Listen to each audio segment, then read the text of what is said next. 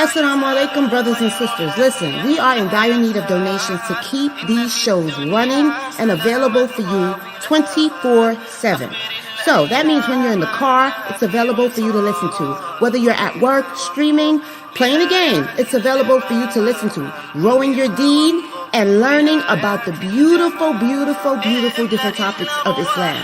Listen, one of the heaviest deeds that could be placed on your scale on the day of judgment is Sadaqah Jariyah. Yes, I know I'm trying to build deeds daily. So you can too.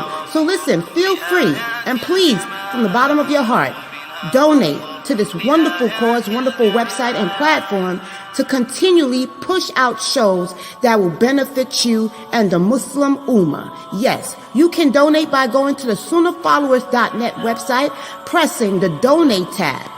You can also scan the QR code in YouTube on the far left top of our videos that are streaming. Listen, guys, this is very important, and take this as important.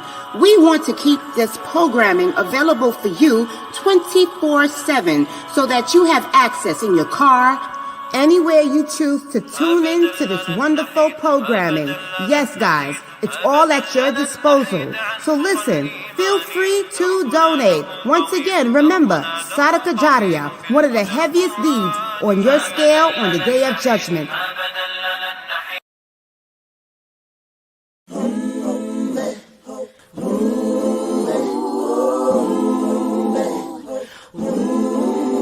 He was known as the Sword of Allah, one of the greatest generals in history, one of Islam's greatest heroes. His name, Karim Ibn al-Walid. SunnahFollowers presents a new series presented by Ustad Mukhtar Shahid. Coming soon, so stay tuned. Streaming on all major platforms. Channel SunnahFollowers.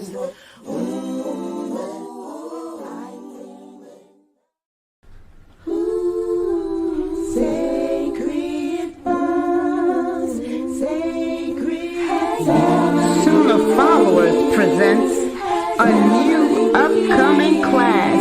Stay tuned. Sacred Bonds by Daryl Abdullah Kirk. Yes, Sacred Bonds, navigating the depths of Muslim matrimony and the family. You don't want to miss this one. Please stay tuned. Streaming on all major platforms right here on SunnahFollowers.net.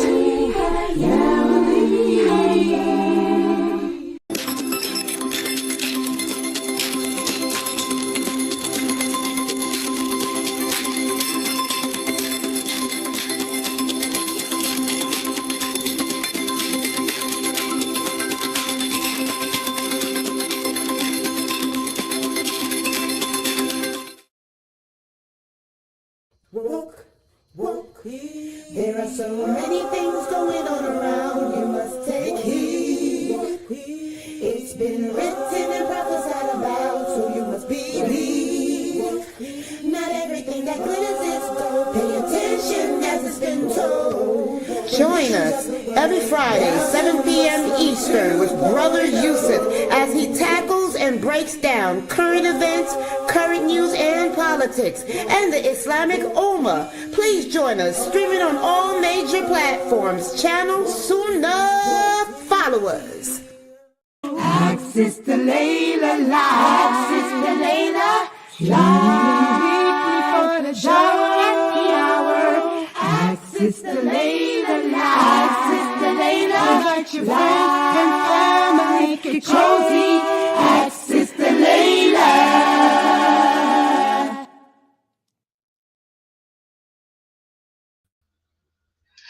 Ina alhamdulillah, wa salat wa salam ala wa rasulullah. I want to welcome everybody to our series, which is, you guys know, because I forgot, the Maqasidic Tafsir. I didn't forget. I just forgot to do this. So this is the book that I want everybody to make sure that you go to Amazon and get a copy of. This is the Maqasidic Tafsir, Volume 2, written by Dr. Karim Abuzaid. Yes, Karim Abuzaid has his PhD in the Maqasidic Tafsir.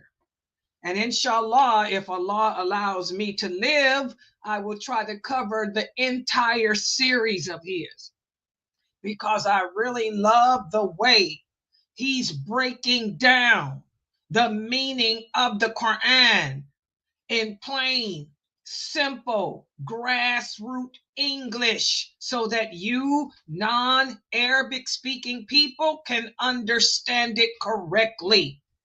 Okay? For those of you who have not yet purchased this book, go to Amazon.com and get it. This is Volume 2. Get the whole series if you can afford it. This is Volume 2. And also, while you're at Amazon, make sure you get the book written by Brother Daryl Kirk called The Sacred Abode, because that's what we're going to be discussing this weekend, Saturday and Sunday.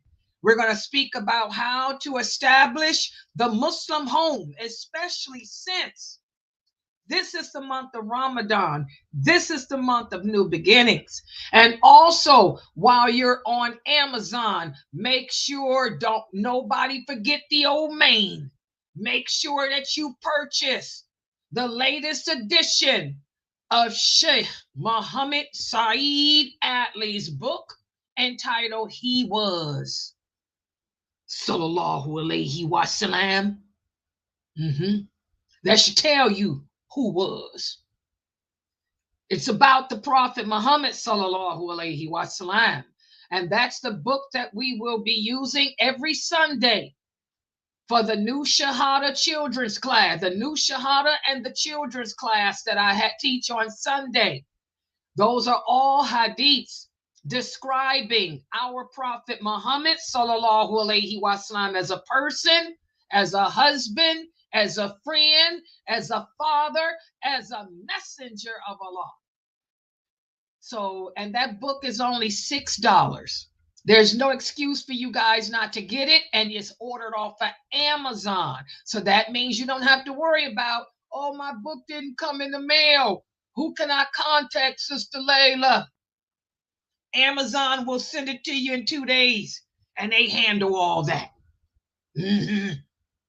So those are the 3 books that I encourage all of you to purchase, and also get, because after Ramadan, I will go back to teaching.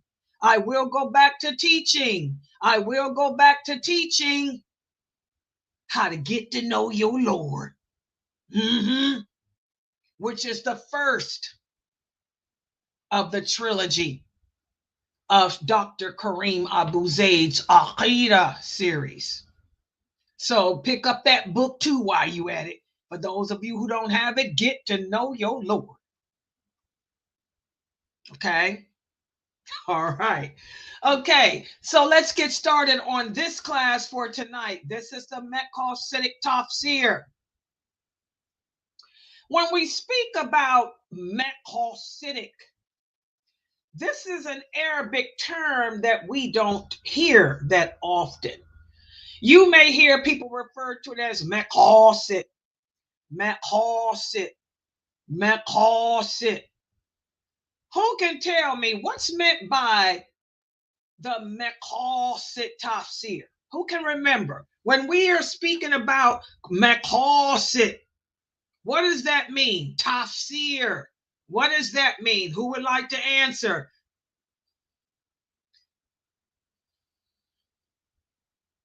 Can anyone remember?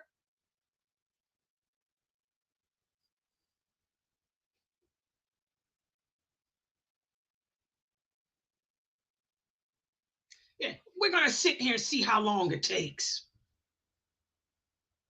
Because it's not like ain't nobody here. I got people in that Zoom room. They did this in the last class. Made me fall, almost killed myself. I'm going to sit here and see. Who can tell me what is meant by the Maqasid Tafsir? And let me open up the Zoom so y'all can see that there are people there. Bam! There they are. It means to have the understanding that the companions had, the higher understanding. Okay, but what is, yeah, okay. It's about having the higher understanding. But what does Maqasid mean? Yeah, you have to be Maqasid in order to get that understanding. So what is meant by the Arabic term Maqasid?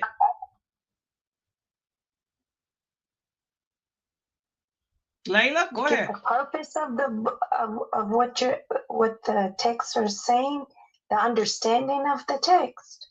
Okay, I asked that question because I wanted to see how many of you can remember. Dr. Asim broke down in plain, good, simple English the meaning of Maqasid, and I've been using that in all my PowerPoints. Give me three. Well, Maqasid can mean many different things, but what are the three things that Dr. Asim told us to remember? When we're talking about Maqasid in English, it means what? When we say that we're trying to find the highest understanding, in order to go about understanding the Quran, we have to list what? We have to look to see what the what is of the surah. Objective. Okay, objective. What else? That's one. Theme. The theme. That's another one. The goals. That's another one. Exactly. Those are all English synonyms that would mean Maqasid. So when you hear, like, for example, right now, this is the month of Ramadan. Dr. Karim Abuzaid, as I'm speaking, he's doing his Taraweeh prayer for his masjid. And then after the prayer, he's speaking about, he's giving you the Maqasidic Tafsir. He'll take a verse of the Quran to his community. He's taken verses of the Quran. I think yesterday he did Ali Imran or something. He's taken verses of the Quran and giving the Maqasid meaning. He's giving the objective of the verse, the theme of the verse, in hopes that we can in turn take that objective and apply it to ourselves. So Maqasid means I'm looking for the overall objective, the overall goal. Allah is telling us something. We talked about how every chapter of the Quran has a topic or theme. Surah Baqarah, the name says it all, the cow. This is a surah of the Quran, a chapter of the Quran that has a theme, a topic about the cow. Okay? But what about the cow? What's the objective? The objective dealing with deceit, lies, falsehood, trickery, and how we cannot deceive, lie, and commit sins and fool Allah. That's the overall objective of all those stories that Allah mentioned in Baqarah. Okay? So then you're going to look at the objective to understand that nothing gets past Allah. Whenever we violate him, disobey him, there will be consequences. That's the objective. Allah will cause whatever you do in the night to manifest itself in the daytime. That's one of the objectives of Baqarah. And we learn from what? The parables. Allah uses many parables in the Quran. There's parables in Surah Baqarah. There's parables in different surahs. Okay? Even Fatiha has a parable in it. Okay, we look at the parables of the chapter. Focus on the objective. The parable helps give us the lesson learned, the lesson to be learned. And then we make goals. We set up goals from those parables. How Allah caused the dead cow's tongue to talk. How they killed that cow, even though Allah said, don't touch that cow. They killed it and thought that Allah would never know. But Allah caused the cow's tongue to talk. So you learn nothing gets past Allah. And there's repercussions. That's just one of the stories in Bakra. Okay, one of the examples. So when we talk about Maqasid, this is why I love this approach that Dr. Karim Abuzaid has taken here. You know, he's going through certain surahs of the Quran, giving us the objectives, the topic, the objectives, and the parables used, so we in turn can benefit from them and apply them to our lives. Now, one of the questions I received today, I've been doing a lot today, but I got several Muslims who text me and called me asking me, Sister Laila, can you talk about how to reconnect with Allah? You know, I'm doing so many good deeds. I'm trying to change the condition of myself to become a better, stronger Muslim. I'm practicing my religion. I'm praying. I'm wearing hijab. I'm fasting. I'm helping my family. I'm being respectable. I'm repenting from my sins. But even still, I feel disconnected. Well, inshallah, this class, the Maqasidic, when we read the Quran, how do you connect to Allah? Remember, we spoke yesterday about how the Quran is a cure for all sicknesses of the heart, not physical sicknesses. I don't care what the Sufis tell you. That ain't true. If you got a physical illness, you better go to a doctor. In fact, Allah tells you in the Quran, go to a doctor. Even a companion said the Quran is a cure for the sicknesses and diseases of the heart. Even the Prophet said, when you get sick, seek medical treatment from a doctor, because Allah never sends a sickness without sending a treatment. And if we take the treatment, perhaps he'll send us a cure. So I don't care what them Sufis tell y'all about blowing in the water, drinking it, and your cancer gonna disappear. Believe that if you want to. It may, but 9 times out of 10, it ain't. Because Allah has sent the true treatment for cancer. And it's not blowing in water with a page of the Quran. The treatment for cancer is radiation, which works. Chemotherapy, which works. And they even got pills now that works. Okay? But for sicknesses of the heart, diseases of the heart, such as loneliness, depression, anxiety, sadness, confusion, doubt, and no connection with Allah. This is where the Quran comes in. The Quran can help you to establish that reconnection. And the way we use it is by being Maqasid. Be Maqasid. That means when we read a chapter of the Quran, figure out what the topic is. Focus on the title, the topic. And then as you read each sentence, ponder the meaning. And ask yourself, how do these words relate to the topic? Because every sentence relates to the topic in some way. Okay? And then figure out what the objective is. What is the objective of each sentence? What's the point that Allah is making, in other words, of each sentence? And once you finish that chapter, you have all these objectives listed. Don't lie. Don't cheat. Don't think that you can get away with doing things. You look at all these objectives and you look at them and say, wow, now, how does this relate to me? And then you ponder yourself, your shortcomings. Do I lie? Do I cheat?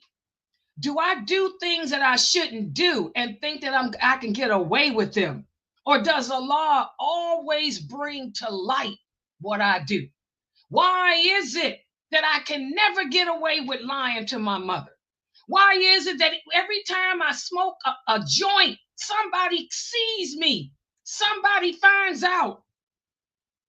So you take those objectives that you picked up from that chapter based on the sentences in it, and then make goals. Well, okay, I'm going to learn my lesson like these kids did about that cow.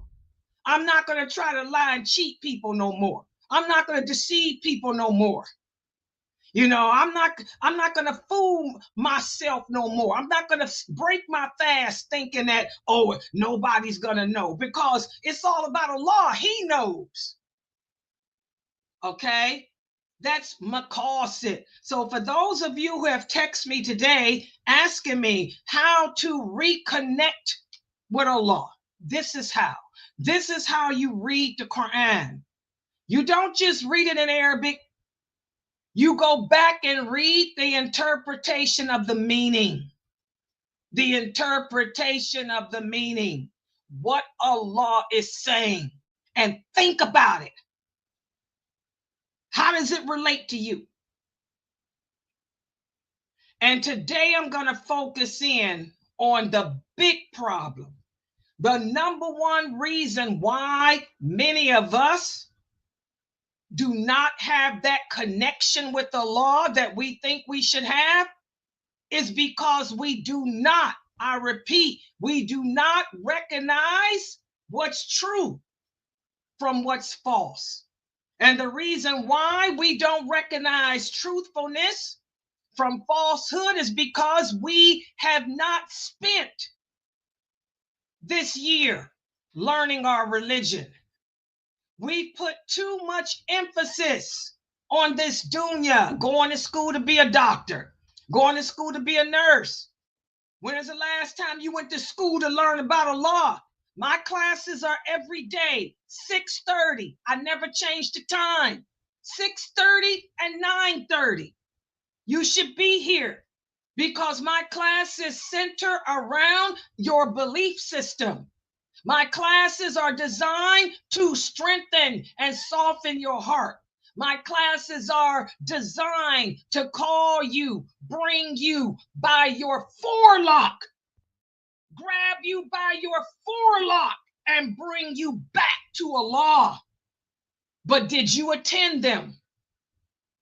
Did you choose to go to a henna party instead of joining my 6:30 class? Did you choose to play Xbox over joining my class to learn about Allah? Are you choosing this dunya over Allah? And that's what I talked about yesterday. So that connection to Allah is not there, because what have you done for him lately? Y'all remember that song? What have you done for me lately? What have you done for Allah lately? Many of us have done nothing for him lately. We've done for ourselves. We've done for our friends. We've done for our schools, our teachers, our bosses at work. But what have you done for him lately? You've done nothing. You didn't do your prayers like you're supposed to do all year. You haven't been wearing hijab. You've been on the internet talking to boys when there's no boyfriend in Islam. You've been on the internet talking to girls. There's no girlfriends in Islam. You've been on the internet wasting your time harassing righteous Muslims who you don't know, who are teaching Islam in its truthfulness, but because you're so lost, you think that what they're saying is foreign because you don't know truth from falsehood. You're busy harassing them. So this is why you have no connection with Allah right now. But it's not too late. You can reestablish that connection. And remember, Allah says anyone who seeks him out, you take one step towards Allah, he said, I will take a mile towards you. Okay? So the simple fact that now it's Ramadan and you guys are sincere, you want to change. You want to reestablish that connection. So you're back here. You in my classes. You're in the classes that count. The classes that's going to shake your heart. The classes that's going to cause you to fall to your knees and repent. That's the sign of beneficial knowledge. The Prophet Muhammad said one of the signs of beneficial knowledge is it will cause you to fall to your knees and weep over your sins and want to change. Welcome to Layla's world. That's me. Okay? So that's the first step. You took it. And Allah says anyone who is sincere in trying to connect to him, he will run to you. He will embrace you. And he will connect. So your heart should be connected right now. Okay? And you want to maintain this connection. How do you maintain this connection? You don't want to maintain it just during Ramadan. That's what you did last year. Last year you came to Layla. Last year you made that connection with me. And then you lost it because you stopped. This time be determined that you're going to stay. I'm not just going to reconnect to Allah, during Ramadan. I'm going to make that connection every day of my life by being consistent in seeking the true knowledge of Islam. You guys know that what I'm teaching here is the truth. That's why it hurts. If it wasn't true, it wouldn't hurt. And that's what we're going to talk about today. The truth is a bitter pill to swallow. You have to come here every day from today until the day you die or the day I die to gain this knowledge. That's how the companions did. Even after the Prophet died, they kept their study circles going. They kept those reminders going with each other until they died. And they were doing jihad and everything else. But they never gave up that circle of remembrance of Allah. You guys give it up. You only do it. But those of you who can't find a connection, you only do it once a month, once a year. You got to do it every day until you die. So let's put the PowerPoint up on the screen. And hopefully your heart should be throbbing. Hopefully the fitra in your hearts should be like, woo, at attention right now. Okay? All right. Here's the PowerPoint, right? Okay, hold on. Give me a second, guys, too, because, I'm working 2, 3, 4, 5 computers. 2, 3, 4, 5, 6, 7, and 8. All right, there it is. Oh, what is that on the... Yeah, those are the people in the Zoom room. Yeah, they sleep. It's the old ladies. They taking their nap. Then they'll wake up at 12 o'clock saying, oh, what time is it? Sister, did I miss the class, Layla? Oh, somebody passed me the Ben Gay. Somebody passed me the Geritol. My old ladies. Okay, here we go. So the number one reason, as I stated, that so many of you have this disconnection with Allah is because you don't have the correct knowledge of this religion. You don't know your religion. You don't know the basics. You don't understand what La ilaha illallah Muhammadur Rasulullah means. As the Prophet Muhammad sallallahu alaihi wasallam said, the problem with us is we have a problem with the lordship of Allah. We don't understand And many of us don't truly believe in the lordship of Allah. So that's why you have that disconnect. Well, the Quran, if utilized correctly, if read if you read it being maqasid, looking for the topic of each chapter, looking for the objective of each sentence, and then taking everything and making goals from it, this will help you to reconnect, because that knowledge will help you to differentiate what's true from what is not. I get so many questions. A lot of people ask me, Sister Laila, why is it your classes last 2 hours? My class don't last 2 hours. My lectures never last longer than 20 minutes. The rest of that is people asking questions, the Q&A, which is good. That's what I'm here for. That's what I'm here for, to help guide you back to Allah. Okay? But the questions that most of you ask are so simple. You should know the answers. But the fact that you don't shows that we're living in the days of fitan, the days in which the Prophet sallallahu alaihi wasallam warned against, the days he said of the later generation, which is us. Whereas the truth will appear as falsehood, and falsehood will appear to be truthful. That's the problem. That's why we have to take the time to really learn this deen. So, whenever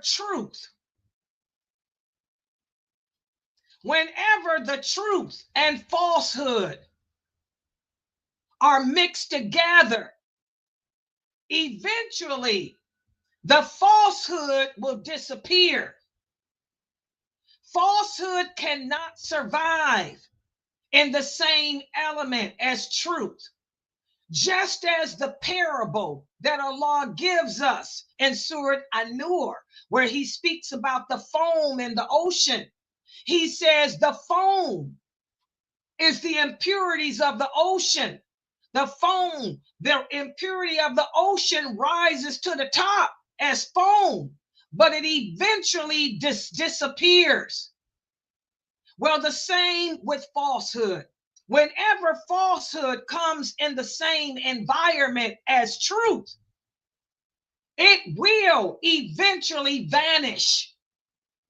It may take some time, but it will vanish.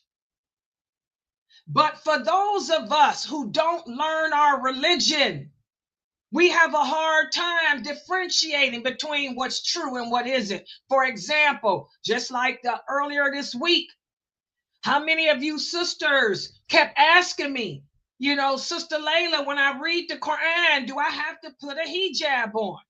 My brother told me I have to wear a hijab when I read the Quran.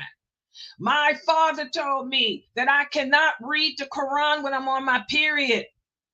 My uncle told me I cannot even recite Allah's name on my menses. So you don't know what's true and what isn't. It's hard to distinguish because you don't know the basics of your religion. And the sad thing is that falsehood becomes disguised as truth because people beautify it. People have beautiful voices. They can speak eloquently. Remember the hadith where the Prophet said some people, they speak like a cow chews its cud. They have beautiful diction, soft voices. And you mesmerize the people. You hypnotize the people with your words when you're really selling them a ticket to the hellfire. Well, that's what happens. The people that's coming to you telling you, oh, my sister, you want to get close to Allah subhanahu wa ta'ala. They start with all this Arabic.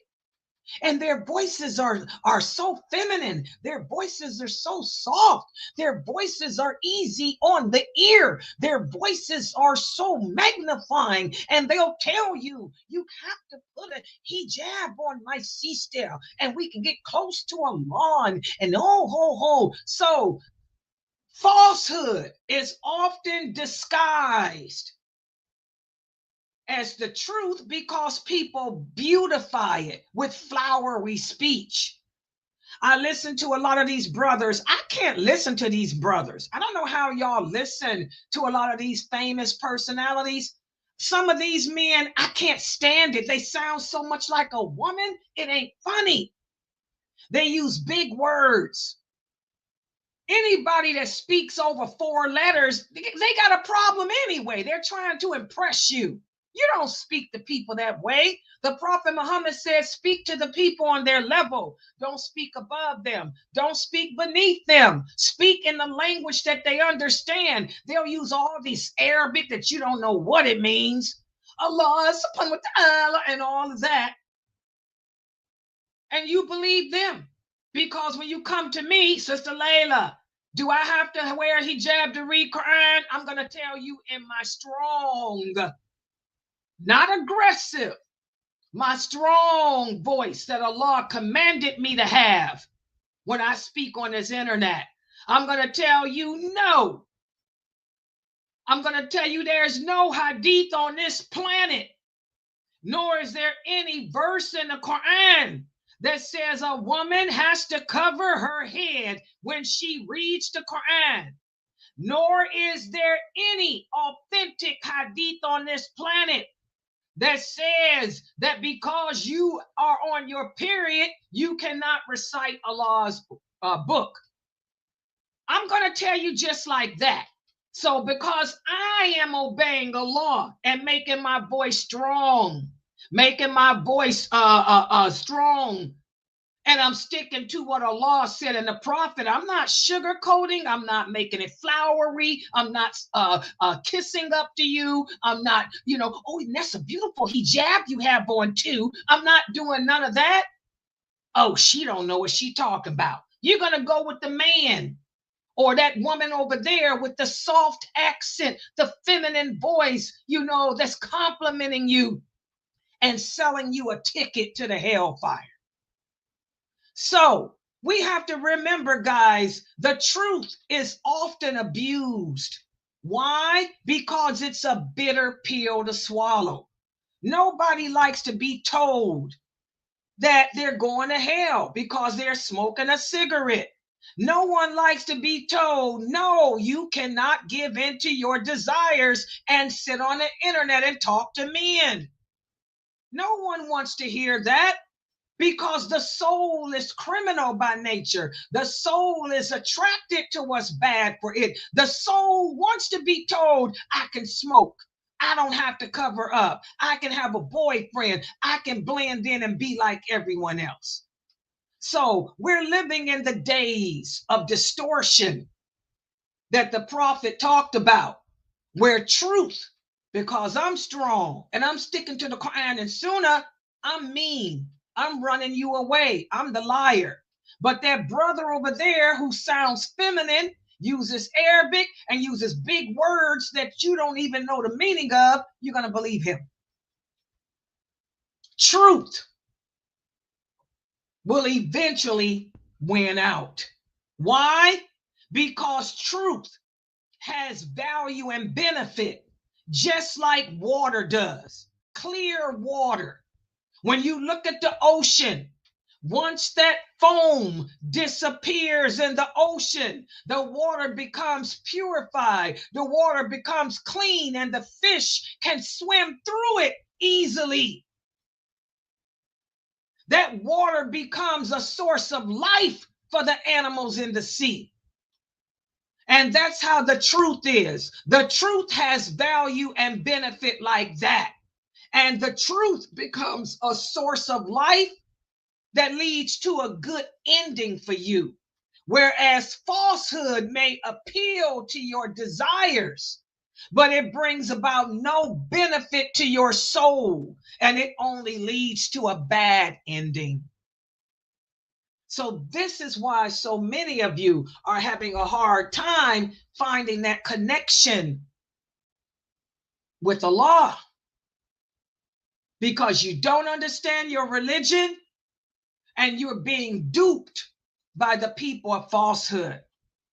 And although falsehood and deception and lies can appear to be dominant, just like if you look at an ocean that has that foam, all you see on top of it is this white foam, and you think there's more foam than water, but there really isn't. Well, that's the same with falsehood. Even though falsehood has a lot of supporters, there's a lot of people that will support that man with the soft voice, with the big words, with all the Arabic, with the beautiful beard, and with all the sugar coating. Just even though he may have the 15 million followers to support him, it's still trash. And eventually it'll disappear. Eventually he'll be exposed for the liar he is. We see it all the time. How many famous people who call themselves Muslim scholars have fallen from grace just in the past 2 years? They sold y'all some pretty good tickets with all their videos, with all their Q&As. And most of what they were saying was wrong, was incorrect. The people of knowledge knew that they were what they were, but they had you duped. But eventually, look what happened. Allah took them down. Allah eventually exposed them. And the people of the truth, they're still here. They're still here teaching the same thing that they've been teaching for years. Quran and authentic hadith. I want you guys to understand, Allah tells us in the Quran, and by the way, here's your reward for reading the Quran today. Allah says, in the interpretation of the meaning, the human being is doomed to suffer loss, except for those who are righteously striving to be believers. They encourage each other to that which is truthful, and they are people who have patience. Here Allah is telling us human beings are doomed. We're doomed. We're doomed to suffer loss. Why? Because the soul, Allah created the soul to be criminal by nature. And most of us are too weak to train and tame our souls. Most of us are going to give in to our desires and our wants instead of our needs and what's good for us. Except for those who learn the religion correctly, who truly believe in Allah, and they're consistent in seeking that correct knowledge, and they surround themselves with other believers like themselves. That's why I was telling the children here yesterday, this is Ramadan. Don't have no people in your house who don't practice Islam. We got a lot of children here who were born Muslim. They're third generation Muslims in America. They're third and fourth generation Muslims, but they don't practice. And they hang out with their cousins and relatives who are third generation like them, who don't practice either. Well, it's over. It's time to say, I ain't hanging out with you no more, because you smoke weed.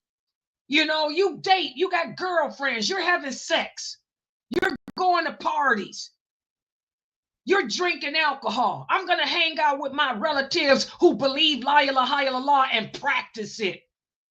Because the human being is doomed to loss unless he or she strives to be in obedience to Allah and surround themselves with others like that. And why is it that the truth will always prevail? It's easy. Because the truth is something that you can't explain. It's just there. It's just the truth.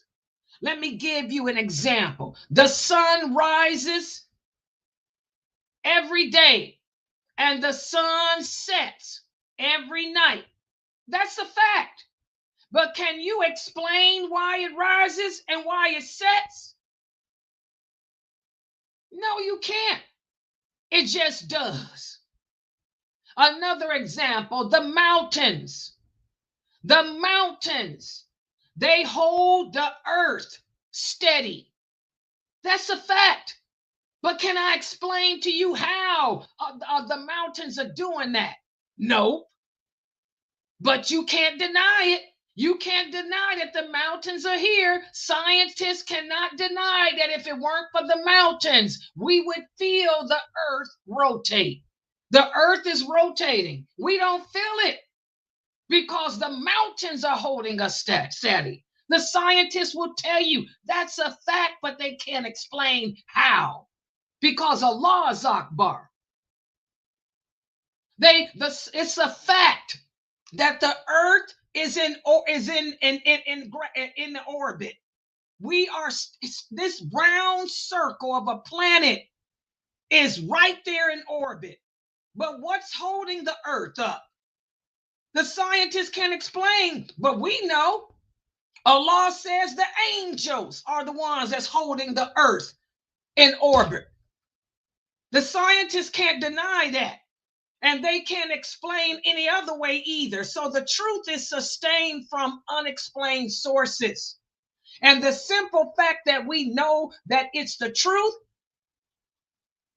it energizes those of us who believe it. But falsehood dies without support. Just like the woman who came to me yesterday and said that her father told her that she cannot read the Quran on her menses. He didn't have no support. Bring the evidence. He has no support. But we talked about how Aisha, radiallahu anha, and Salama, and all the other female companions used to recite the Quran on their menses. So his falsehood died out. That's the difference between truth and falsehood. Falsehood will die out without support, but truthfulness will not. Even if you can't explain it, it's right there in your face, so you can't deny it. Even if you can't explain why a woman can recite on her period, it's still there. She can do it. The Prophet's wives did it. So prove it wrong. So I want you guys to understand that this is why many of us are failing in achieving and attaining that connection with Allah. Because we don't know our religion. We can't recognize truth from falsehood. Listen to what Allah says and the interpretation of the meaning. In fact, we throw the truth against falsehood, leaving falsehood crushed, and it quickly vanishes. And woe be to you for the falsehood that you say. Subhanallah. Subhanallah. Just like the foam. Y'all see this picture? This is the foam that you see in the ocean. It melts away. Y'all see that blue part? Half the foam done melted away, and it leaves purity. Well, the same thing. Falsehood will melt away, and only the truth will remain. The truth is, Aisha, radiallahu anha, and all the female companions used to make dua. They used to prostrate. They used to recite the Quran all on their menses. There's many hadiths about that. That's not ever going to change. But for you brothers to say that we can't do it, you ain't got nothing to stand on. So just like this foam is disappearing, your falsehood does too. Okay? So when human beings become at peace and are ready to recognize the truth, that's when you find that comfort in your heart. That's when you find that connection with Allah. Just like the sister that came to me. When she saw the hadiths, we went over those hadiths about how Aisha and them would supplicate and recite the Quran, menses or not. She felt a peace in her heart. She said, then I can continue to recite the Quran even though I'm on my menses, regardless as to what my father said. That's what happens. And then her heart connected with Allah. And what is her response today? Today, she's telling me how spiritually close she feels to Allah today because she's able to recite the Quran even though she's on her menses. Okay? So truth in all its purity, when it's recognized, when it's accepted, that's when you reconnect with Allah. Listen to what Allah says in the interpretation of the meaning. Thus does Allah set forth parables for the truth and falsehood to be recognized. This is why I'm telling you, when you read the Quran, every chapter of the Quran has some type of parable. Allah gives examples. A parable is an example. Allah doesn't just tell us what he wants us to know. He, out of his mercy, gives us parables and examples to illustrate what the message he's trying to give to us. We just have to recognize them. And that's how you attain the higher understanding of what you're reading. Listen to what Allah says in the interpretation of the meaning. And all these examples we put forth for mankind. But unfortunately, none of them will understand except those who have knowledge. That's the problem. Why is it that you cannot connect to Allah? You have no knowledge of him. I don't have a problem connecting to Allah. You have to change your life, change your priorities, and this is the best month to do it. Make it a point to be here, not just for Ramadan, but every day at 6:30 and at 9:30. When you at work, put it on your cell phone and listen to me instead of listening to the music you listen to. When you're in the grocery store, put it on a cell phone and listen to me instead of listening to the music. Ibn Kathir, may Allah be pleased with him, he was one of the early scholars of Islam. He said some of the companions, they said that whenever they would read a parable of the Quran that they could not understand, they would cry because Allah says, again, no one will understand what I'm telling you here except those who have knowledge of me. So the parable of the foam in the ocean.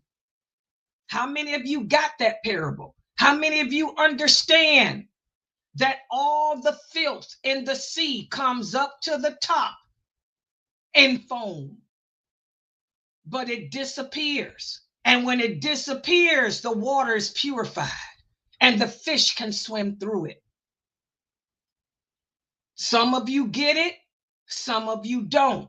The ones who get it are those who truly know of Allah. Those of you who don't get it, you're the ones that need to spend more time learning of Allah, learning of Allah's lordship. And this is the responsibility of the scholars and the people of knowledge, the teachers like myself. It's our job to not try to get subscribers. It's not my job to come on this internet and make my voice soft, because I could do that if I wanted to, and make my voice sexy and throw out big words and put on a fake accent I can do the same thing that these other crazy women are doing. Okay? That's not our job. It's our job to try to open up the hearts of those Muslims who have lost their way. And it's our job to take their hearts, and try to guide them back to Allah by helping them to not only see the parables and examples that Allah gives us, but it's our job to break it down to them so that they understand them. And that's why a person like me, why is it that I'll spend 2 hours here? My lecture is only 20 minutes. But why is it that the live is 2 hours?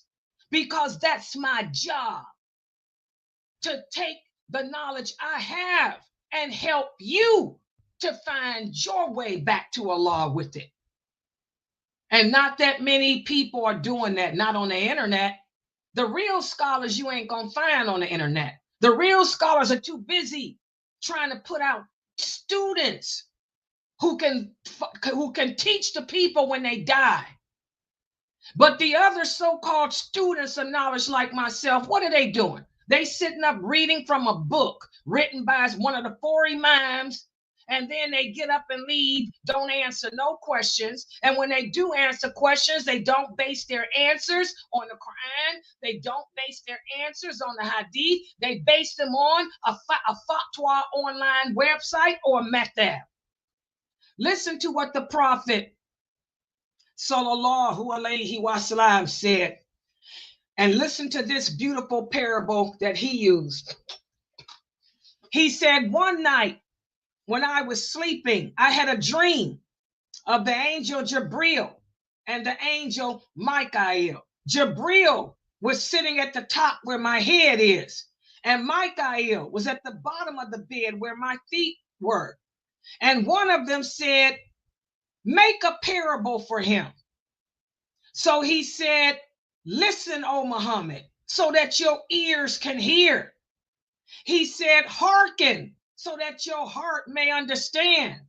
He said, the parable of you, Muhammad, and your nation is the parable of a king who conquers a land. After he conquers the land, he then builds a house. And then he places a table inside the house. And then he sends a messenger to call the people to come and eat from this table. And among them are those who answer the call and come. And among them are those who don't. This is a beautiful parable. What the angels were telling the Prophet Muhammad, Allah has sent you to perfect that which came before you. Out of all the prophets, none of the prophets of Allah completed their mission except the Prophet Muhammad sallallahu alaihi wasallam.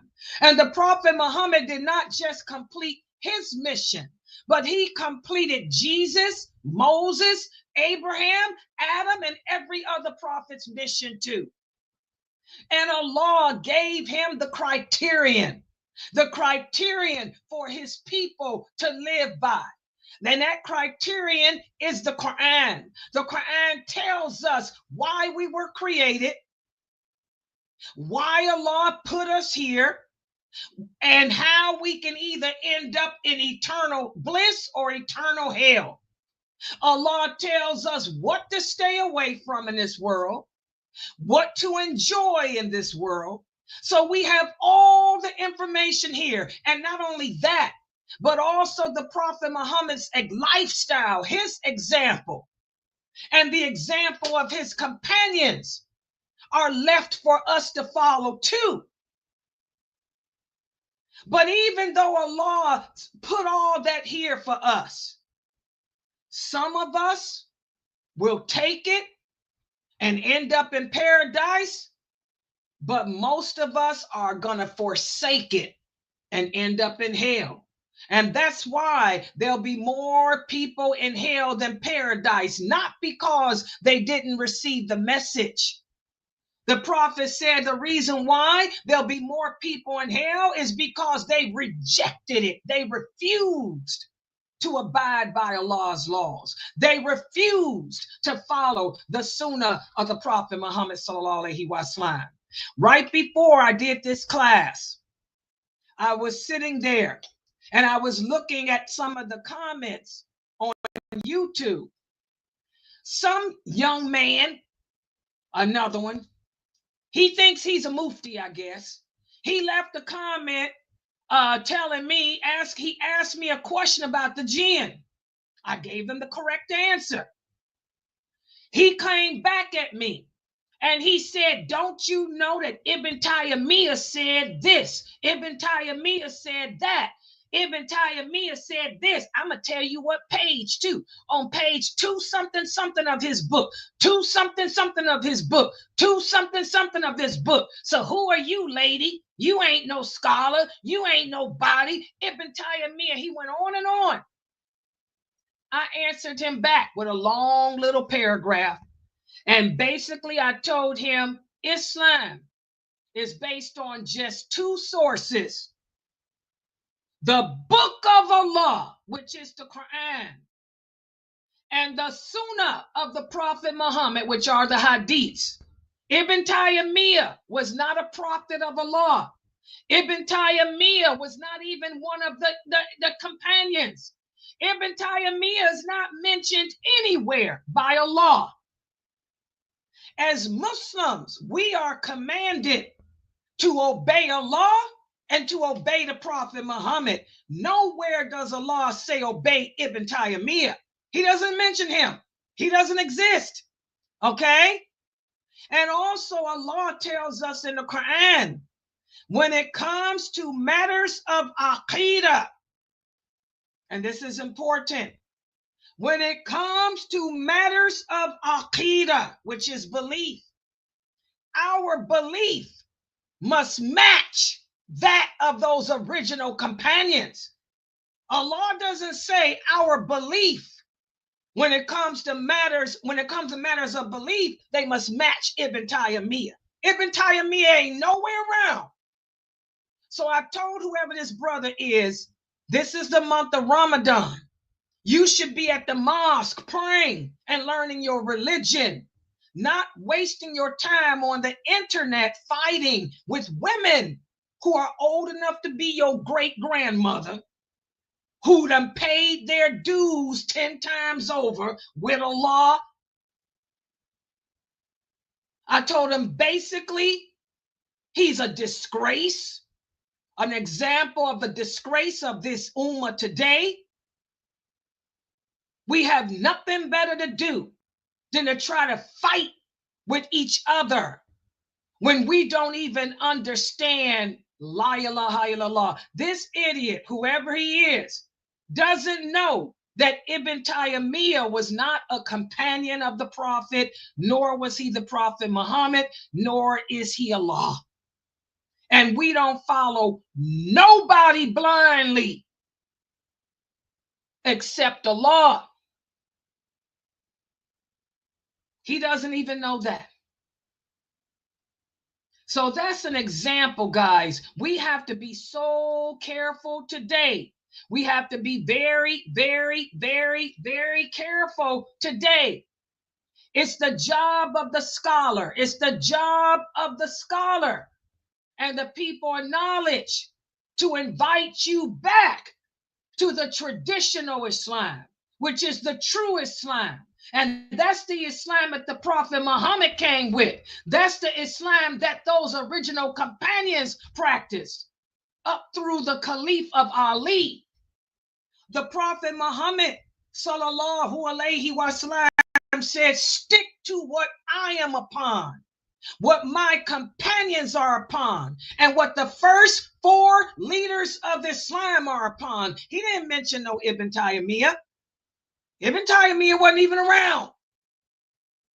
But we're so twisted today. This is a new sect. Did y'all know that? This is a new method called the Ibn Taymiyyah method. Astaghfirullah. And may Allah bless Ibn Taymiyyah. because Ibn Taymiyyah spent his entire life, he didn't even get married.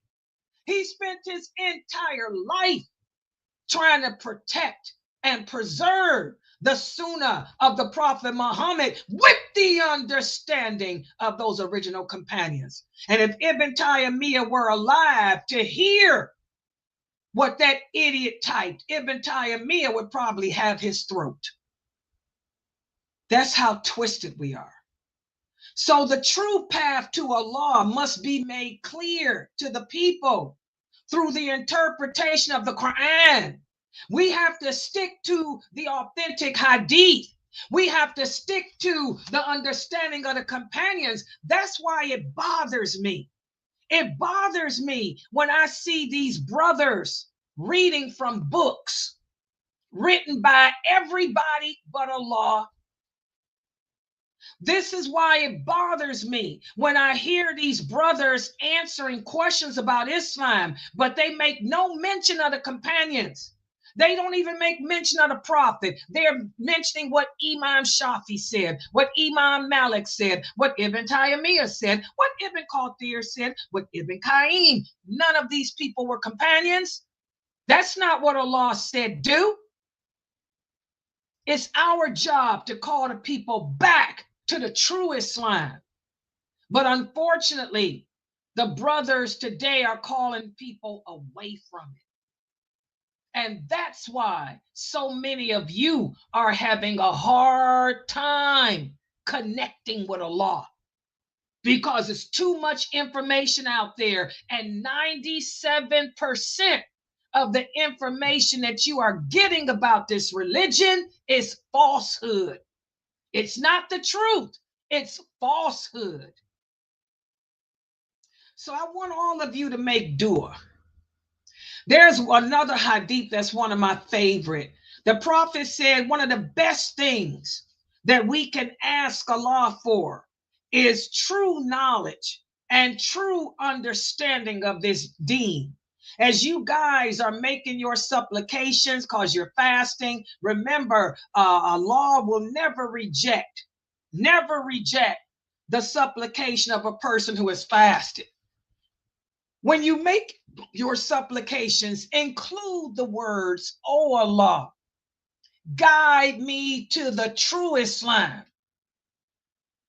which is what the Prophet Muhammad came with, and give me the understanding of it that those original companions had. You need to ask that, because the Prophet said if you ask for true knowledge and true understanding of the religion, Allah will give it to you. Because most of these brothers y'all listening to, it's all about a method. It ain't about the Prophet Muhammad's. All right, so I'm going to stop right here. Subhanakallahumma wa bihamdika ashhadu an la ilaha illa anta astaghfiruka wa atubu ilaik. Are there any questions or comments? I hope I helped you guys with this. I love this class today. I love it. Yeah, so many other people. Right, we have too much information and we jump here and jump there. And if we just tailor it into one teacher and focus on that teacher and give and be consistent with that teacher, would help eliminate a lot of this confusion. Yeah, because it's sad. But alhamdulillah, Allah got you here. Yes, exactly, Sister Ewan. I can't listen to these brothers. A lot of y'all, I can't listen to none of those people. I'm gonna tell you, I can only listen to two people besides myself. I can't. They're too feminine. Number one, and then when I listen and they saying stuff wrong, I'm like, wait, that ain't what Allah said. No, that hadith don't mean that. No, I can't listen to these brothers. They turn me off with their feminine, nice and soft and sexy and and Allah subhanahu wa ta'ala. I can't do that. I ain't into that crap. Brother, speak. That soft crap. I ain't got time for that. You're supposed to shake the heart. By the way, guys, the Prophet Muhammad did not have a soft voice. That's a lie.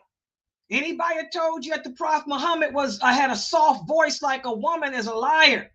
The Prophet Muhammad had a strong, loud voice. He had a strong, loud voice, and his voice was kind of hoarse. He kind of sounded like the Godfather. He had swag. The Prophet Muhammad had swag. He wasn't no wussy. Sorry, he wasn't. He didn't sound like these brothers y'all listening to. He ain't sound nothing like them. You may like their voices. Maybe there's something wrong with you, but I can't stand it. A man need to be a man. You got to be able to shake the people's heart. Speaking, public speaking is an art. You have to be able to shake their heart and then know when to bring it back down. Bring it up, bring it down. It's an art. Yeah. Any other questions or comments? Oh, tomorrow. By the way, guys, I got to text from Brother Youssef too. Yeah. Brother Youssef's lecture is tomorrow. I'm going to tell y'all, it's a lot of crap that happened in the world. Y'all know that.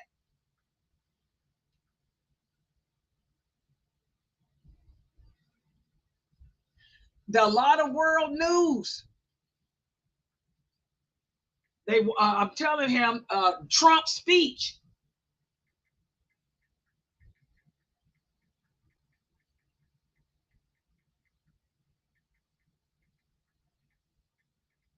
I'm pretty sure that Brother Youssef is going to attack that. Yeah, tomorrow. He's going to give you guys the news, that what happened this week in 30 minutes. And then he'll take whatever questions y'all have.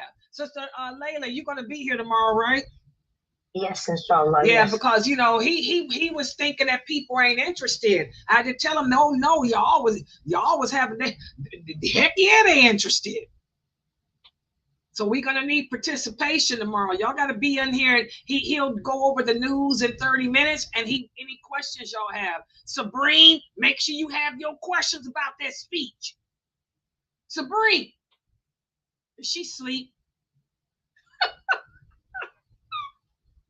Have your questions about the Trump speech. Yeah, that's what I told him. Yeah, his lecture is at 7:30. Yeah, he's at 7:30. Yes, my class. Oh yeah, I got the Q&A tomorrow too. Yes, brother. Ooh, I know I'm tired. Sorry. Yes, you have 6:30 is my Ramadan class. We're gonna talk about goals again. And then at 7:30, you have Brother Youssef. And then at 9:30 is my Ask Sister Laila. Yeah, my Ask Sister Laila live show. Yeah. Ooh, my ear is itching. Yeah, you can tell I'm tired. Yeah, I'm tired. I've been ripping and running all day. I didn't have much sleep. Trying to stay awake. Yeah. Oh, thanks, Sister Wear Fat. Sister Wear Fat said I look like my family. Do I? She said I look like them Sadats. Oh, you can tell. What is my eyes? My mother told me I had my father's eyes. I don't remember how my father looked. Do I really though? She said Chinese looking eyes. Chinese. Oh, that's the cold. Yeah. All right, guys. I'm gonna log out for tonight. I'm gonna set up for tomorrow with Brother Youssef and myself. Inshallah, make sure everybody is here. Please, guys, support this dawah effort. This is the Ramadan. Y'all know we need donations to cover our website expenses. We are a nonprofit organization. Please support us. Yes, you can Zelle us, PayPal us, or Cash App us. Yeah, look at all the blessings you guys get for keeping us on the internet. All right. Okay, I'm going to log out. See you guys tomorrow. Subhanakallahumma wa bihamdika. Ashhadu an la ilaha illa anta. Astaghfiruka wa atubu ilaik. Assalamu alaikum.